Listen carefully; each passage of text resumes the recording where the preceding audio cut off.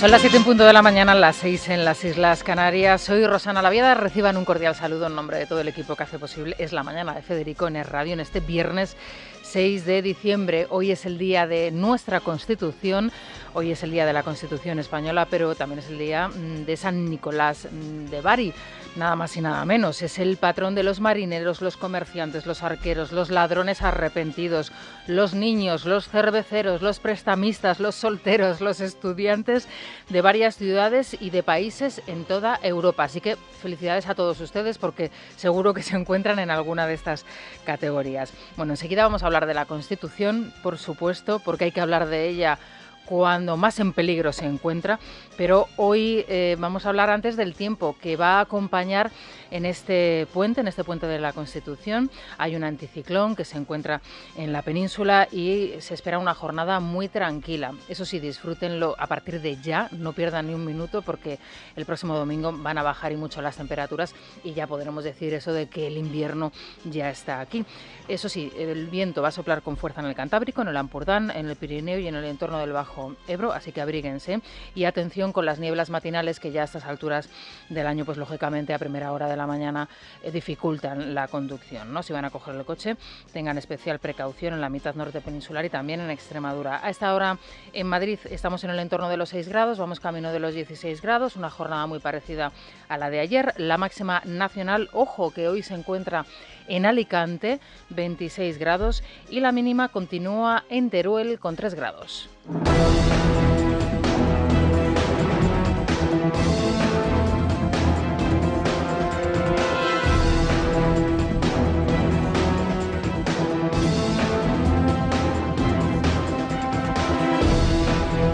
Artículo 20 de la Constitución española. Se reconocen y se protegen los derechos a expresar y difundir libremente los pensamientos, ideas y opiniones mediante la palabra, el escrito o cualquier otro medio de reproducción, a la producción y creación literaria, artística, científica y técnica, a la libertad de cátedra, a comunicar o recibir libremente información veraz por cualquier medio de difusión. La ley regulará el derecho de cláusula de conciencia y al secreto profesional en el ejercicio de estas libertades. El ejercicio de estos derechos no puede restringirse mediante ningún tipo de censura previa.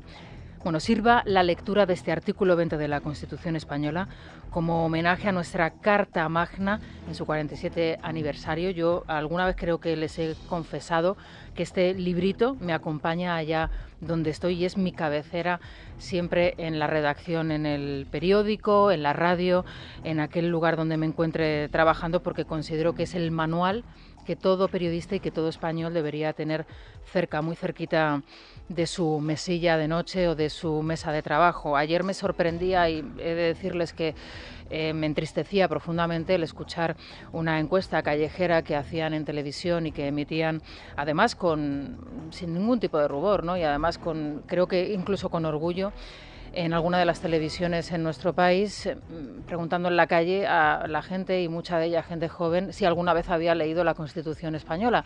Y la mayoría de ellos decían que no, y además se sonreían y era motivo de gracia. Bueno, a mí me parece lamentable, ¿no?, que los españoles, o que la mayoría de los españoles, al menos aquellos a los que preguntaban en televisión, presumiesen y se riesen incluso de que no han leído nunca, jamás, esa Carta Magna. También me entristece ver que hoy, y pido perdón si no es así y si tengo dificultades para haberlo podido localizar anteriormente, y de hecho este es un ejemplo de ello, en los periódicos un día como hoy se distribuía un ejemplar de la Constitución española, un librito, una separata, un librillo, ya no tendría por qué ser tampoco con una gran edición, ni muy lujosa, ni tampoco muy elaborada, simplemente un manual de consulta. Bueno, pues hoy de momento no lo he visto y eso también me entristece. Bueno, es nuestra obligación denunciar que el texto constitucional, que es el garante de nuestros derechos y libertades, está más amenazado que nunca. Es nuestra obligación denunciarlo, hablar, no callarse, no someterse al bozal que quiere imponer el gobierno y denunciar esas malas prácticas y las amenazas, el desprestigio y el borrado que sufrimos los medios críticos con el poder. Durante la entrega de los premios de periodismo que otorga el diario El Mundo, y ayer se lo otorgó al periodista Xavi Colás, que ha sido corresponsal durante años en Rusia y expulsado por Putin hace tan solo unos meses, recordó que el régimen putinesco convenció a los rusos de que el gobierno debía meter en cintura a los medios y a los jueces por el bien del país. Ahora, dijo Xavi, el gobierno pone firme a todo el mundo y no existen ni medios, ni jueces, ni partidos de verdad para denunciarlo. Esta situación que se ha producido en Rusia, pero que también puede ser muy parecida a la que se ha producido en Venezuela o a la que se produjo en su día en Cuba, hay que denunciarla y hay que recordarla, porque no estamos libres de que esto pueda suceder en nuestro país, en España, donde nunca jamás los jueces habían estado amenazados como lo están ahora, ni los medios estamos amenazados como lo estamos ahora, los medios libres, eso sí. Por ese motivo, por lo que dice Colás, y para no acabar hoy como está Rusia, o como está Venezuela, o como está Cuba, es importante denunciar declaraciones como esta. Si supiera usted cómo me río con mis amigos del barrio de toda la vida cada vez que leen las cosas que leen en la fachosfera. Les conozco tan bien, llevo tantos años combatiendo eso. Conozco tan bien cómo funciona la fachosfera. He leído no menos de 15 líneas de ataque diferentes hacia mi candidatura, por cierto, algunas de ellas contradictorias. Por lo tanto, nada nuevo, nos vamos a divertir. Es Óscar López, es el ministro de Transformación Digital, presentando su candidatura para dirigir el Partido Socialista de Madrid. Esta es su carta de presentación. La amenaza por bandera. ¿Qué es para el ministro la fachosfera? ¿Nos lo puede explicar? ¿Quién forma parte de ella? ¿Quién está fuera de ella? ¿El diario.es público forman parte de la fachosfera o están fuera de la fachosfera? O si están fuera de la fachosfera, entonces, ¿a qué esfera pertenecen? En fin, siguiendo con la Constitución, en este día cabe recordar que la Carta Magna, en su artículo 9, recuerda que tanto los ciudadanos como los poderes públicos están sujetos a la Constitución y al resto del ordenamiento jurídico. Y dentro de los poderes públicos, por supuesto, también el fiscal general del Estado, Álvaro García Ortiz, que parece estar dispuesto a enfrentarse a todo y a todos con tal de salvar su pellejo.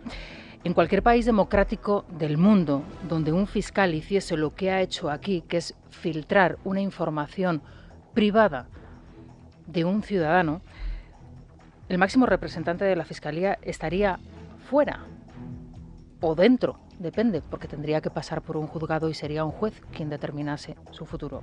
Ahora García Ortiz acusa a la Guardia Civil, sí, como lo escuchan, a la Guardia Civil, en concreto a la UCO, de cometer errores, irregularidades, omisiones e indebidas inferencias, dice en su informe, en donde se le atribuye un papel preeminente contra el empresario Alberto González Amador.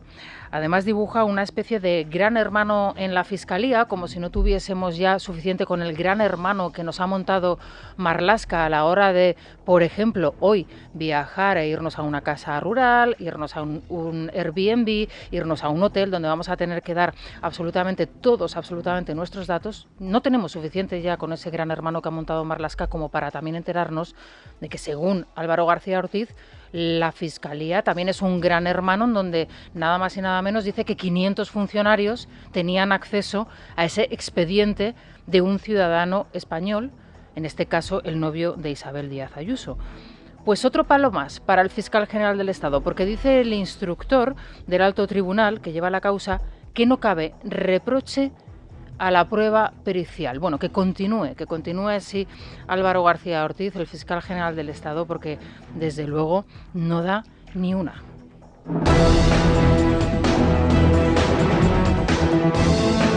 Es La Mañana de Federico. Es Radio. A las 7 y 9 minutos de la mañana, las 6 y 9 minutos en las Islas Canarias, saludamos a Silvia Ribeiro y a Sergio Heras. Buenos días, Muy Silvia, buenos días. Sergio. Hoy les vamos a contar con ellos todas las noticias que nos deja el día, comenzando también por Víctor de Aldama, de nuevo protagonista de la actualidad en un día como hoy. Vuelve a hablar en los medios de comunicación antes de su próxima declaración ante el juez y lo hace, atención, y es curioso, en declaraciones a una emisora colombiana perteneciente a nuestro invitado Víctor de Aldama, quien se encuentra en las instalaciones de Prisa Media, de Prisa Radio, en el corazón de Madrid. Como lo escuchan, al perteneciente al grupo Prisa. Silvia.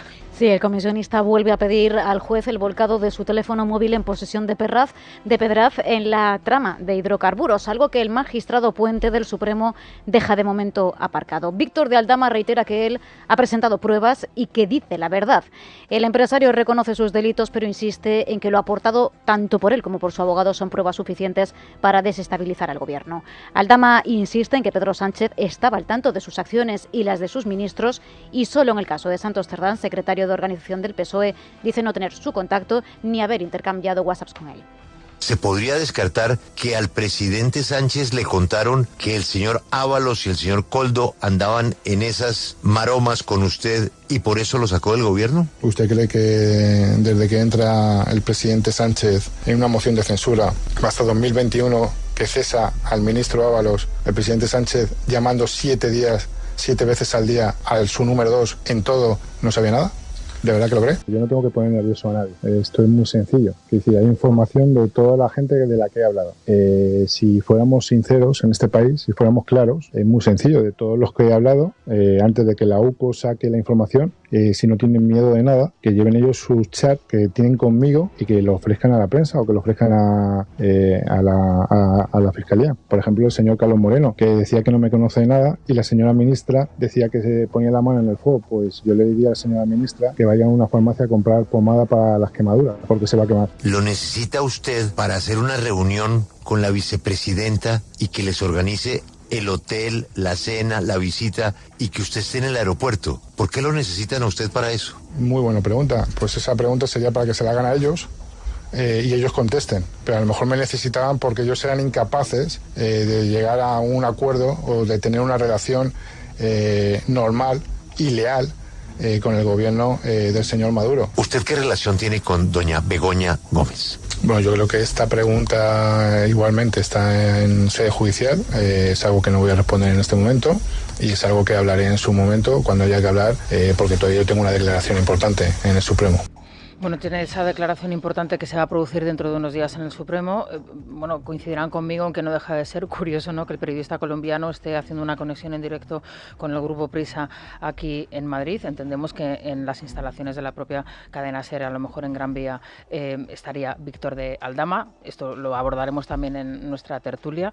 Cómo se produce, por qué se produce esta entrevista precisamente en este medio, en donde, déjenme que les comente, porque yo sí que me escuché y atentamente además toda la entrevista, se veía que había cierta complicidad entre el entrevistador y Víctor de Aldama, y en donde además parecía que se conocían de anteriores ocasiones. Esto no quiere decir que la entrevista no fuese extraordinaria, porque es verdad que se le hicieron preguntas muy adecuadas y además bastante oportunas, y en donde de nuevo se vio a un Víctor de Aldama controlando absolutamente la situación, lo que decía, lo que tenía que callar, lo que debía callar y aquello en lo que él debía insistir y quería insistir, que es lógicamente lo que su abogado le está indicando que tiene que hacer en ese proceso, no nos olvidemos, de negociación que está desarrollando con la Fiscalía, lógicamente por esos dos procesos en los que ahora mismo él mismo está implicado. Luego también en la tertulia abordaremos con Carlos Cuesta, porque hoy nos acompaña, también con Luis Valcarce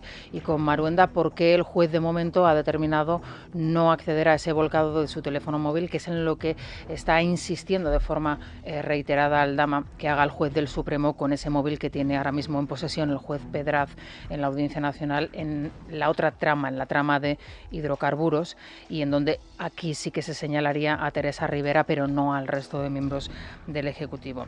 Y es curioso porque hoy mismo también se ha filtrado a la prensa, cuando se está criticando tanto a la UCO por parte del fiscal general del Estado, la intervención que hizo la Guardia Civil en la casa de Koldo.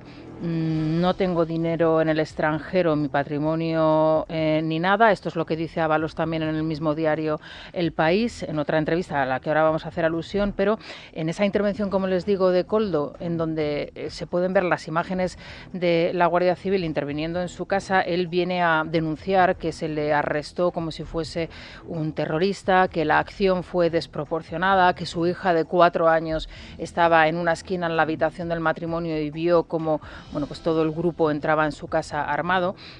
No deja de ser llamativo, ¿no?, que ahora se ponga en cuestión la acción, digamos, policial en esta intervención, cuando hemos visto otras que son parecidas y no se dijo absolutamente nada, justo cuando el fiscal general del Estado también está haciendo una crítica de la Guardia Civil y en concreto de la UCO. Pero bien, como les decía, también hoy entrevista de Ábalos, que es otro de los que tiene que declarar dentro de unos días. Eso es, José Luis Ábalos será el primero en pasar por el Supremo el jueves de la próxima semana, tras él comparecer en Aldama y Koldo García los días 16 y 17 de diciembre. El exministro de Transportes niega hoy en El País todas las acusaciones vertidas contra él por el comisionista, que fuese a recibir una vivienda de lujo en la Castellana a cambio de contraprestación por adjudicaciones de obra pública o que no pagase el alquiler del chalet en Cádiz. Asegura además que no tiene dinero en el extranjero. El gobierno, por su parte, sigue poniendo en duda la versión de Aldama mientras espera impaciente el volcado de su teléfono móvil, que podría hacer caer a varios miembros del gobierno. Sin embargo, el juez del Supremo, Salvador López, rechaza por el momento acceder a esa información sin descartar que ocurra en el futuro. Entre los ministros señalados por el comisionista está Ángel Víctor Torres, que ayer comparecía visiblemente afectado y anunciaba que acudirá a los tribunales para defenderse de las acusaciones. Falacia y, como digo, absoluta vileza sin ninguna prueba, y en el Estado de Derecho esas mentiras no pueden quedar fuera de lo que es nuestra defensa, el honor, y no pueden salirle gratis. Creo que todo el mundo debería exigir ante cualquier acusación que se demuestre la misma, porque si no nos podemos creer cualquier cosa en una absoluta indefensión. Yo lo haré en los tribunales, como ya he dicho. Se veía ayer a Ángel Víctor Torres muy afectado al ministro, y es curioso, ¿no?, cómo funciona el ser humano, ¿no? Le acusan hace unos días de haber solicitado una comisión de 50.000 euros a Aldama y no parecía tan afectado como cuando se está publicando que al parecer disponía de un piso alquilado en la calle Atocha, donde lo utilizaba para sus cuestiones personales. Parece que le afecta más que le indiquen que disponía de un piso a su libre disposición, alquilado y con los gastos, lógicamente, al corriente Aldama de ellos, para que él hiciese ahí sus travesuras, vamos a llamarlo así, antes que pedir una comisión de 50.000 euros por las intervenciones o por las obras adjudicadas en Canarias. Yo siempre he dicho que Ángel Víctor Torres me parece el verdadero tapado en toda esta cuestión, siguiendo la tesis de Luis Herrero, que dice que todas las personas que están señaladas y las que están realmente en el ajo son las que están promocionando en este gobierno Pedro Sánchez. Véase el ministro Ángel Víctor Torres, portavoz de la Dana, su presencia en los medios en las últimas semanas ha aumentado de forma exponencial. Ya lo veían ustedes ayer mismo. ¿Cuántas obras en Canarias se aprobaron, se licitaron, siendo Ángel Víctor Torres presidente de la Comunidad Canaria, y fueron adjudicadas a esas empresas que pagaban esas comisiones a través de Aldama? Pues unas cuantas, unas cuantas. Entonces Ángel Víctor Torres, creo yo, que en esta trama tiene mucho que decir. Por cierto, a Aldama le van a llamar al Parlamento Canario en una comisión especial que se va a desarrollar a partir del próximo mes de enero, precisamente para que dé toda la información que tiene al respecto de lo que se ha hecho en las islas en todos estos años. Y llama la atención, y aquí vamos a abrir el paréntesis Puente. Ya saben ustedes que después de la Dana, Óscar Puente de repente se convierte en el Winston Churchill, ¿no? Yo voy a reconstruir Valencia y les voy a explicar a todos ustedes lo que mi ministerio va a hacer para la reconstrucción valenciana. De momento se pone el traje de estadista, el señor Puente, abandona Twitter y se pone a trabajar. una imagen de seriedad, una imagen de solvencia totalmente diferente a la del, totalmente macarra alcalde de Valladolid, que entra absolutamente a todo, que no se corta, que va por las televisiones, por los platos y por las redes sociales criticando a todo el mundo, que le lleva a la contraria. Bueno, pues ayer le preguntaban precisamente por todas esas adjudicaciones que un departamento perteneciente a su ministerio había adjudicado, a pesar de que él en esa auditoría que había realizado cuando llegó no había localizado. Y escuchen lo que decía Puente, porque, oye, cierto crédito a las declaraciones de Aldama sí que parecía dar. Óscar Puente ha anunciado que revisará los contratos con las construcciones señaladas por Aldama en el Tribunal Supremo, empresas que habrían pagado comisiones a cambio de adjudicaciones de obras públicas, sobre todo carreteras. Puente asegura que confía en Ábalos y que los ministros apenas tienen capacidad para decidir las adjudicaciones, pero tras la auditoría que ya hizo en su día, ahora verificará los procedimientos. Se puede hacer, es muy difícil, sinceramente, por tanto, y ya digo, involucra a mucha gente. Es que hay una mesa de contratación compuesta por mucha gente en la que, por cierto, ni el ministro ni ningún político están. Una acusación de esas características ya no cae o pesa sobre el ministro, es que pesa sobre un montón de personas que forman parte de la mesa, ¿no? Bueno, pues que investigue y que investigue bien. La lista de las empresas se la dimos aquí ayer y está publicada en todos los periódicos. Ayer pasaba por este estudio y es una entrevista que les recomiendo que si no han escuchado lo hagan ya a través de nuestro canal de YouTube, Iñaki Ellacuría y nuestro queridísimo Pablo Planas, que acaban de publicar en la esfera de los libros Puigdemont, el integrista que pudo romper España. Estuvimos hablando de Cataluña, de la ausencia del Estado en Cataluña y estuvimos también hablando de esa Cataluña post-17, en donde ese Estado ha ido, digamos, desapareciendo poco a poco y en donde Illa, se presenta como un gran, renovador, aunque es más de lo mismo.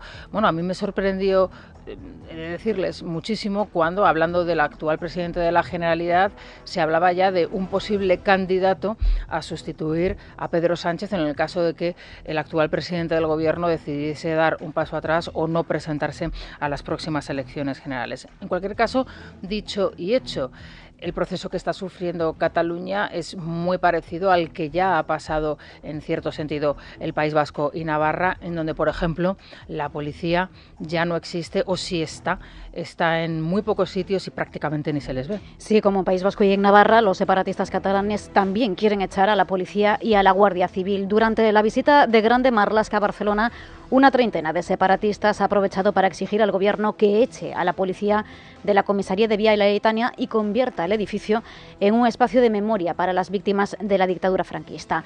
El ministro de Interior niega que esto vaya a suceder. Lo que sí ha confirmado es que cederá a los Mossos d'Esquadra la seguridad de los puertos y aeropuertos, incluido el Prat, reduciendo así competencias a los cuerpos estatales. Marlaska lo disfraza de cooperación.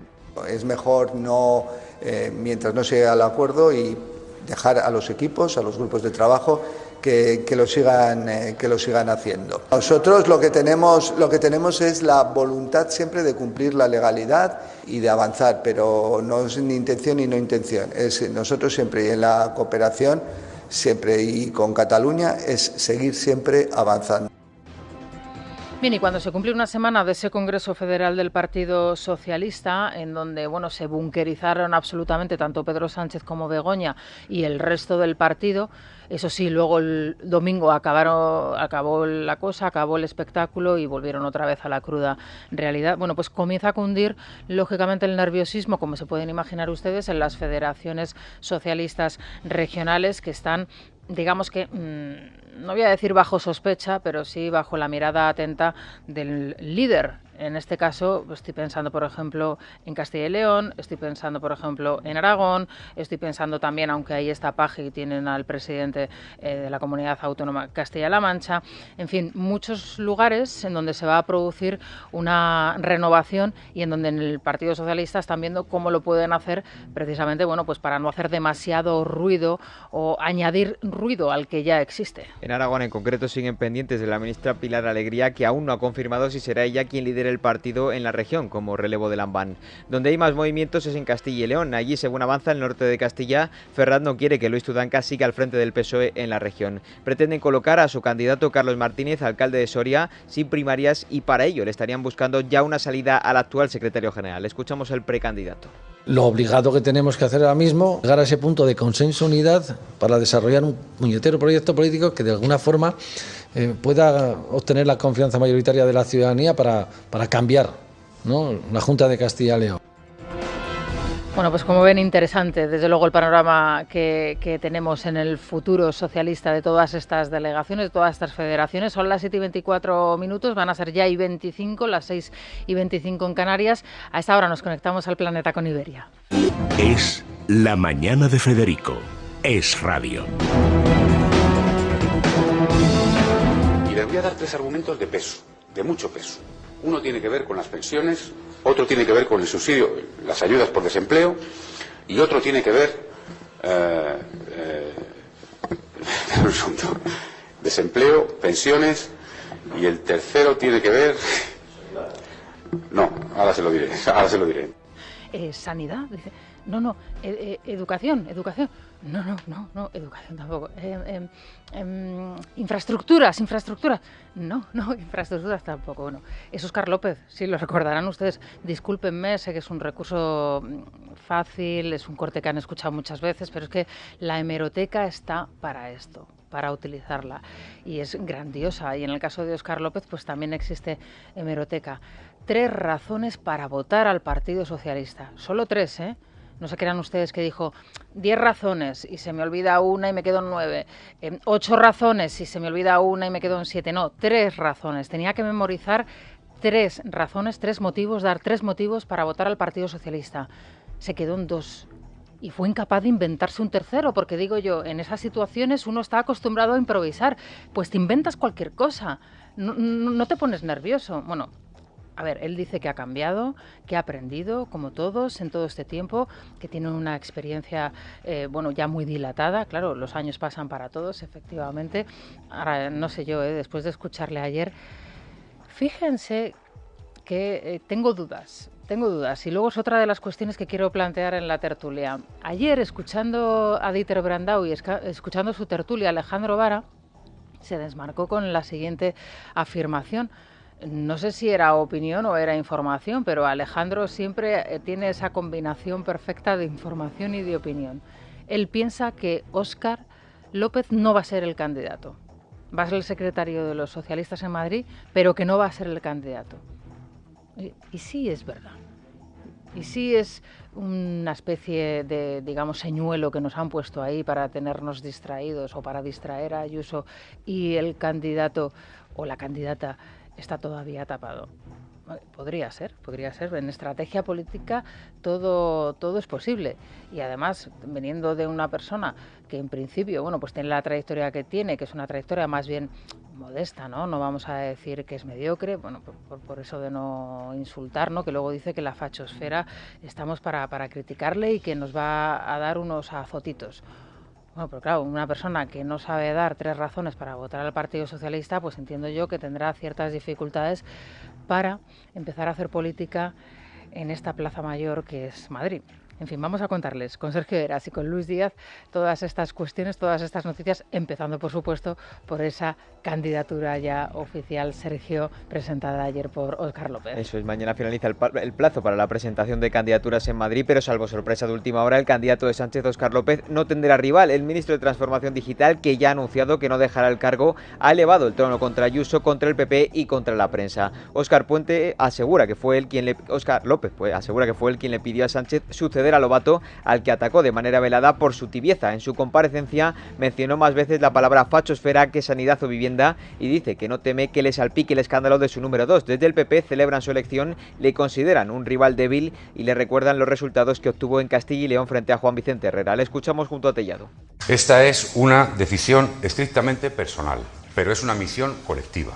Es más, lo entiendo como una misión de servicio público, provocar el cambio en Madrid, porque Madrid se ha convertido en el epicentro de un modelo de la peor política. La política de la corrupción, la política de la crispación, la política del insulto, la política del bulo, la política de la mentira, la política de Isabel Díaz Ayuso y del Partido Popular de Madrid, con un largo currículum, como todos sabemos. Conozco muy bien las técnicas de la fachosfera. Soy plenamente consciente de que me voy a enfrentar a la maquinaria de los bulos, del fango, de la destrucción de la derecha. He tenido la fortuna y la suerte en mi vida de trabajar al lado de los mejores, de aprender y de trabajar con José Luis Rodríguez Zapatero, de trabajar y aprender con Alfredo Pérez Rubalcaba, de trabajar y aprender con Pedro Sánchez. Si lo mejor que tiene el PSOE en Madrid es un ministro que ya perdió estrepitosamente las elecciones en Castilla y León, pues es evidente que el Partido Socialista no tiene nada que hacer contra un gobierno serio, estable y que ha llevado a la Comunidad de Madrid a ser el motor económico y de progreso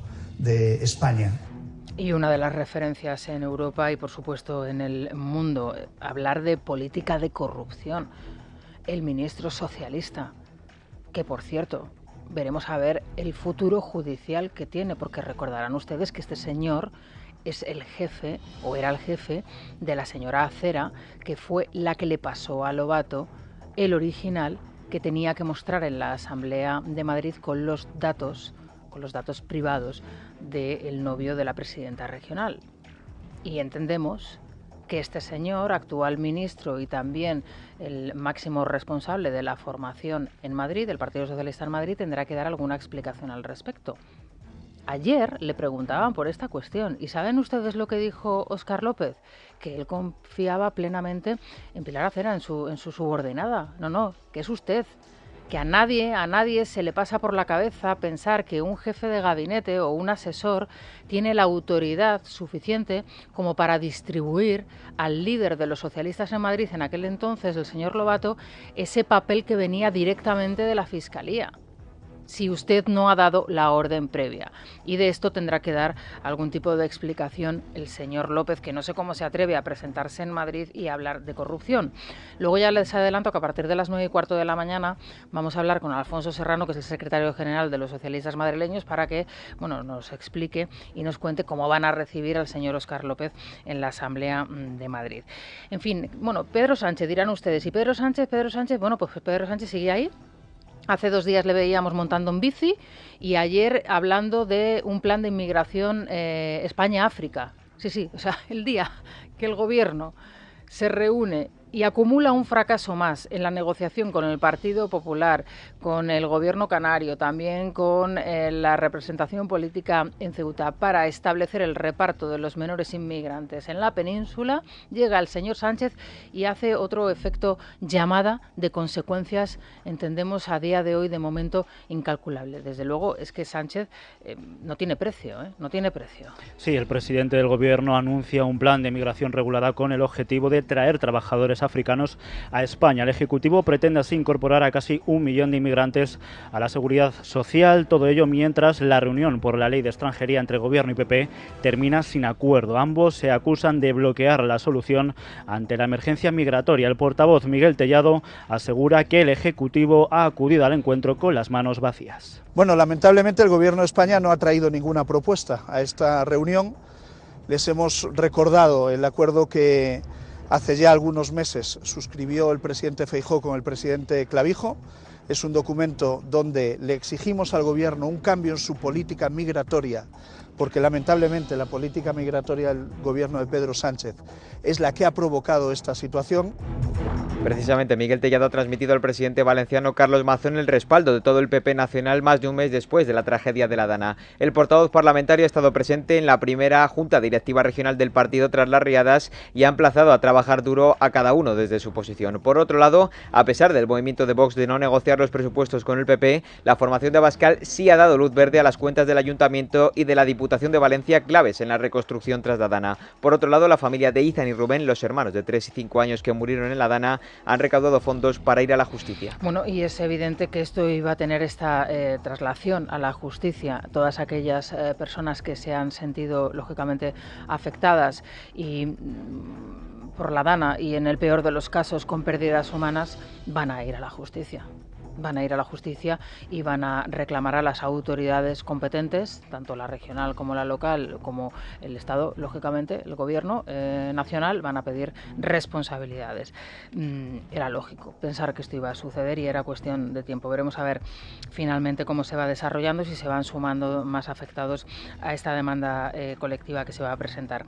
Hace unos días recordarán todos ustedes que les contábamos que aquí en Madrid había sido detenido uno de los máximos representantes, un mando policial, que formaba parte del narco directamente y que estaba en la policía, era un mando de la policía y se hizo una redada espectacular en su chalet, un chalet, bueno, pues normal, en una localidad madrileña, bueno, pues muy cercana a la capital, digamos que modesta, pero con coches de lujo, todo tipo de coches de alta gama, todo tipo de materiales, digamos, de lujo, de joyas, de relojes, etcétera, etcétera. Bueno, pues algo parecido ha sucedido en Valencia con un ex jefe de la Guardia Civil.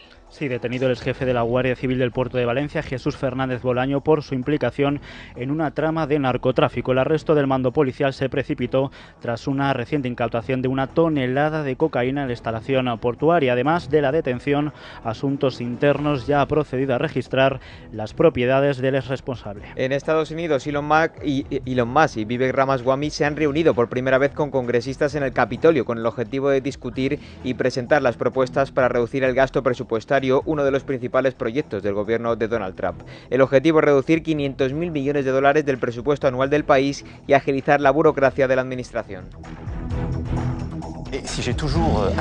Yo siempre he asumido todas mis responsabilidades, de las decisiones buenas, pero también por los errores que he podido cometer. Pero no asumiré jamás la irresponsabilidad de los demás, especialmente de los parlamentarios que han escogido hacer caer los presupuestos y el gobierno de Francia unos días de las fiestas de Navidad. Pues así está Francia, el país vecino. La verdad es que uno mira alrededor y dice, madre mía, es que no hay ningún país que esté ahora mismo con cierta estabilidad. Bueno, podríamos decir que quizá Irlanda, Italia, pero realmente la situación en Europa es absolutamente preocupante. Macron, la acaban de escuchar, ha dicho que no va a dimitir, que no piensa dimitir, que no va a asumir la responsabilidad de que los extremos, tanto de derecha como de izquierda, se hayan unido para esa moción de censura al primer ministro. Le responsabiliza a ambas formaciones y, bueno, veremos a ver cuánto tiempo puede aguantar en esta situación. Lo cierto es que va a nombrar un nuevo primer ministro en los próximos días y veremos a ver cuánto tiempo puede aguantar Emmanuel Macron en esta situación. Muy pendientes, por supuesto, de Francia, como por supuesto también de Alemania y, lógicamente, bueno, pues de los países de nuestro entorno que están dando de una inestabilidad o dotando de una inestabilidad absoluta en un proceso de degradación de la Unión Europea como no se había visto antes, en un momento además crucial, con una guerra que tenemos aquí al lado, a las puertas de casa, y con una situación ahora mismo todavía por conocer, ¿no?, lo que esté por llegar desde los Estados Unidos con el nuevo gobierno de Donald Trump. En fin, son las 7:45 de la mañana, vamos a hacer una pausa y enseguida nos adentramos en la prensa económica. Es La Mañana de Federico, Es Radio. Luis Fernando Quintero, ¿qué tal? Buenos días. ¿Qué tal, Rosana? Muy buenos días. Bueno, aquí trabajando el Día de la Constitución, claro que sí, mira, la claro voy a coger, sí. Yo lo que digo siempre, aquí la tengo. Constitución ahí estamos. Española, ahí estamos, claro que sí. Muy buena, sí señor. Me acompaña allí donde yo voy. En fin, el libre mercado, cuéntanos hoy con qué noticias nos sorprendéis. A ver, Australia avanza hacia el embargo de bienes como de España, a la que considera deudora recalcitrante. Explícanos Absolutamente. Esto. Bueno, sabes que todos los laudos por la eliminación de las subvenciones a las renovables a mitad de partida, nos ha conducido a numerosos conflictos jurídicos internacionales con empresas de todos los países que, cuando se aprobaron en su momento en España, acudieron todas al olor de la subvención a montar aquí sus inversiones en energías renovables. ¿Qué sucedió? Pues que el gobierno del Partido Popular, viendo que eso era un gasto inasumible desde todo punto, que había generado un déficit de tarifa enorme que tendríamos que pagar todos los clientes de energía en España, pues decidió eliminar las subvenciones a las renovables. Estos sabían que generaría problemas a futuro, porque efectivamente todas las empresas dirían, oye, yo he llegado allí, he hecho unas inversiones con unas condiciones, me las habéis cambiado a mitad partida, con lo cual ya no me sale rentable, me tengo que ir y te denuncio por cambiarme las condiciones. Esos laudos se están perdiendo sistemáticamente porque no están ajustados a derecho y evidentemente los tenemos que perder, pero el gobierno de Sánchez, ¿qué está haciendo? Impagándolos constantemente. Que la justicia dice que tiene que pagar, el gobierno de Sánchez se niega, recurre y cuando siempre fallan en contra se sigue negando. Con lo cual ya hay muchos países que lo que están haciendo es señalando propiedades de España en esos países embargables, y eso es lo que está pasando. En Reino Unido ya nos han embargado una sede del Instituto Cervantes, y en Australia están diciendo, oye, es que no paga, es una están en ello. A ver, sácame la lista de los bienes recalcitrante. Vamos a ver qué podemos embargar en Australia para poder hacer frente un poco al quebranto que se le hizo a este tipo de empresas. Me interesa mucho, ya sabes, la siguiente información que lleváis, porque además me parece que es una de las claves, ¿no?, del error en el que ha caído el sistema educativo en España. Habéis hablado con una experta que habla de que imponer la igualdad social al conocimiento es una de las causas, ¿no?, de ese fracaso. Sí, señor, una experta en educación, nada más y nada menos que Inger Envist, pues señala el error del sistema educativo en España, que es anteponer la igualdad social al conocimiento, y lo que está haciendo Sánchez precisamente es celebrar lo que considera un éxito en educación, que es anteponer la igualdad al conocimiento, y lo que nos están diciendo los expertos, Inger Envist es una de las expertas, lo sabes, a nivel internacional, nos está diciendo que es necesario reformar el modelo de las aulas, que yo creo que en España es evidente que ha quedado más que obsoleto por muchísimos motivos. El hecho de que los colegios no puedan competir en currículum, tengan que competir en cuestiones como la disciplina o el tratamiento de los alumnos, pero que no puedan hacerlo también en contratar mejores profesores, en tener unos currículums educativos mejores que otros colegios. Esto en España es imposible porque la ley dice cuáles son las asignaturas que debe tener y las comunidades autónomas lo complementan. Bueno, pues cuestiones como estas hacen que nuestro sistema educativo se esté quedando atrás. Únicamente las escuelas privadas que se salen de esos currículums están consiguiendo grados de excelencia suficientes como para competir con escuelas internacionales. La educación pública en España, el resto no. Bueno, y el fracaso, lo hemos visto recientemente en esos exámenes, ¿no?, que hacen a nuestros alumnos, especial de comunidades autónomas como Cataluña, Baleares, de nuevo aparece Andalucía y de nuevo aparece también Extremadura, pero sobre todo en el caso de Cataluña y de Baleares, donde la inversión lingüística ha sido un auténtico fracaso, ¿no? Bueno, más titulares que nos puedas aportar. Bueno, pues mira, en Expansión nos cuentan cómo el IBEX 35 bate los 12.000 puntos, luego tendremos ocasión de ampliarlo en la información bursátil con la apertura de la bolsa, pero el mercado español, la verdad que está de enhorabuena. 2024 está siendo un año extraordinario para los índices globales y en España especialmente, con incrementos ya en lo que va de año de cerca del 20% de rentabilidad, una auténtica barbaridad para un índice como el español, que es tan pequeñito y tan cortito. Aquí merece la pena explicar algo que yo creo que no siempre se explica. El otro día me decía un compañero de la redacción, ya, estamos en 12.000, pero yo recuerdo que antes de que estallara la crisis inmobiliaria en el 2007, el IBEX estaba en máximos de 16.000. Desde entonces no nos hemos recuperado. Aquí siempre hay que explicar que el índice español es especial, y es especial porque no recoge en estos puntos, en esta fórmula, no recoge los dividendos, cosa que sí sucede en otros índices internacionales.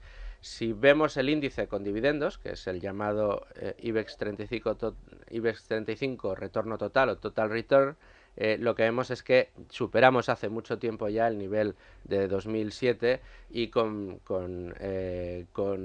dividendos está por encima de los 42.000 puntos. Claro, es que estos hay que explicarlos. Claro, es que es un índice muy pequeñito, son 35 valores únicamente, además son empresas que en su mayoría, sobre todo las más grandes, buena parte de sus políticas es repartir dividendos y jugosos todos los años, con lo cual si quitas esta parte de la ecuación no ves un mapa o una gráfica completa que refleje los retornos que de verdad ha tenido para los propios inversores. Bueno, luego te escuchamos a partir de las 9 con la apertura de la bolsa. Vamos a irnos a las noticias más cercanas, a las de su comunidad, y enseguida regresamos con más información, por supuesto, la República de los Tontos con Santiago González y nuestra tertulia. Hoy van a estar Paco Maruenda, Carlos Cuesta y Luis Belcarce.